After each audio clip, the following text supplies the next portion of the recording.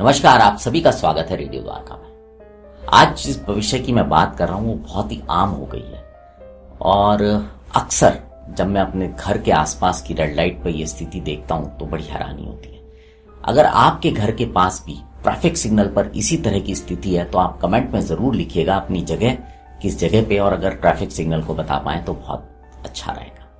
मैं द्वारका में रहता हूं और मैं जब भी द्वारका में कहीं जाता हूं तो ट्रैफिक सिग्नल्स आते हैं। अब हर ट्रैफिक सिग्नल पर जो एक कॉमन सी चीज है वो ये है कि जब भी आप लाल बत्ती होने पर गाड़ी रोकते हैं तो आप देखेंगे कि बहुत सारी संख्या में टू व्हीलर्स, मैं सबकी बात नहीं कर रहा, लेकिन एक बड़ी संख्या में टू व्हीलर्स लाल बत्ती ट्रैफिक सिग्नल को तोड़ते हुए आगे निकल जाते हैं। और ये बहुत ही आम दृश्य है द्वारका में, और मेरे ख्याल से मैं दिल्ली में कई जगह जब जाता हूं तो ये बहुत आम दृश्य है। और ये सिर्फ वो लोग नहीं है जो डिलीवरी देने के लिए जा रहे हैं, ये आम जनता है, आम लोग हैं जो ये काम कर रहे हैं। और इसमें आपको कुछ ऐसे भी महारथी मिल जाएंगे जो गाड़ी भी ट्रैफिक सिग्नल तोड़ के आगे ले जाते हुए दिख जाएंगे आपको। ये जो समस्या है ये दिखने में बहुत छोटी है, लेकिन अगर इसको मैं भविष्य के साथ जोड़ूं तो ये समस्या बहुत बड़ी हो जाएगी। ये वो लोग हैं जिनको कानून का भय नहीं है। जो लोग नियमों का पालन करते हैं, कानून या पुलिस उनकी दोस्त होती है, लेकिन जो लोग उनका पालन नहीं करते, इसका मतलब बड़ा स्पष्ट है कि उनके दिल में ना कानून के लिए कोई रिस्पेक्ट है, ना ही पुलिस के लिए कोई सम्मान है। अब इसका परिणाम क्या होता है? परिणाम ये होता है कि जो लोग क्रॉस कर रहे होते हैं, जो अपने ट्रैफिक सिग्नल पर सड़क गाड़ी लेके जा रहे होते हैं, उनके साथ टक्कर होने के चांसेस होते हैं। बहुत बार ऐसे लोग भी होते हैं जिनकी उम्र थोड़ी बड़ी होती है, वो जब गाड़ी चला रहे होते हैं तो अचानक ही कोई अगर उनके सामने आ जाए तो हो सकता है वो उसको उस तरह से कंट्रोल ना कर पाए और एक्सीडेंट हो जाए। एक्सीडेंट होने के बाद पूरा खतरा रहता है कि टू व्हीलर वाले को चोट लग जाए। और अगर कोई गाड़ी लेके लाल बत्ती पार कर रहा है, क्रॉस कर रहा है, ट्रैफिक सिग्नल तोड़ रहा है, तो फिर वो खतरा और बड़ा हो जाता है, क्योंकि उसके बाद जो है वो जान और माल का नुकसान होने का खतरा बन जाता है।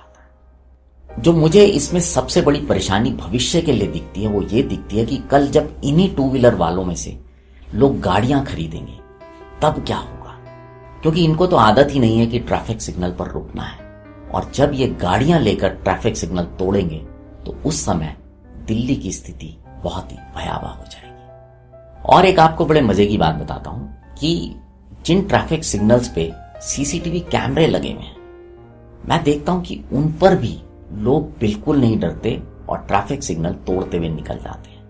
अब या तो इनको यह है कि चालान कटेगा नहीं, या इनको ऐसा लगता है कि ये ट्रैफिक सिग्नल पे लगे हुए जो सीसीटीवी कैमरा हैं ये खराब हैं, या फिर मुझे तो ऐसा लगता है कि कहीं ऐसा तो नहीं कि टू व्हीलर वालों का चालान ही नहीं कटता, इसलिए ये इतने निर्भीक होकर जो है ट्रैफिक सिग्नल पार कर जाते हैं। या फिर ये लोग ये मान के चलते हैं कि ये जो सीसीटीवी कैमरा है ये खराब होंगे, ये काम नहीं कर रहे होंगे, इसलिए ट्रैफिक सिग्नल तोड़ दिया जाए। अब हर ट्रैफिक सिग्नल पर तो ट्रैफिक पुलिस वाला खड़ा नहीं हो सकता, इसलिए कहीं ना कहीं इन ट्रैफिक के नियमों का पालन करना हम सबकी जिम्मेदारी है।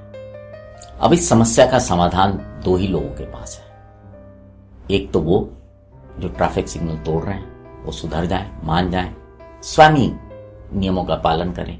दूसरा कानून के पालन कराने वालों में है, या तो कानून और सख्त बनाए जाएं या फिर उनका इम्प्लीमेंटेशन बखूबी सही तरीके से किया जाए, ताकि लोग इस तरह की लापरवाही करने से बचें और कानून ना तोड़ें, क्योंकि ये कानून तोड़ना ज्यादा गंभीर समस्या है। आज जो कोई छोटा कानून तोड़ रहा है, कल को वो आदतन बड़ा कानून भी तोड़ सकता है। तो थोड़ी सी लापरवाही, थोड़ी सी जल्दबाजी आपके जीवन पर भारी पड़ सकती है, और आपके जीवन से ज्यादा आपके परिवार के जीवन पर भारी पड़ सकती है। इसलिए नियमों का पालन करें। अब आपसे विदा लेते हैं, जुड़े रहें रेडियो द्वारका के साथ। नमस्कार।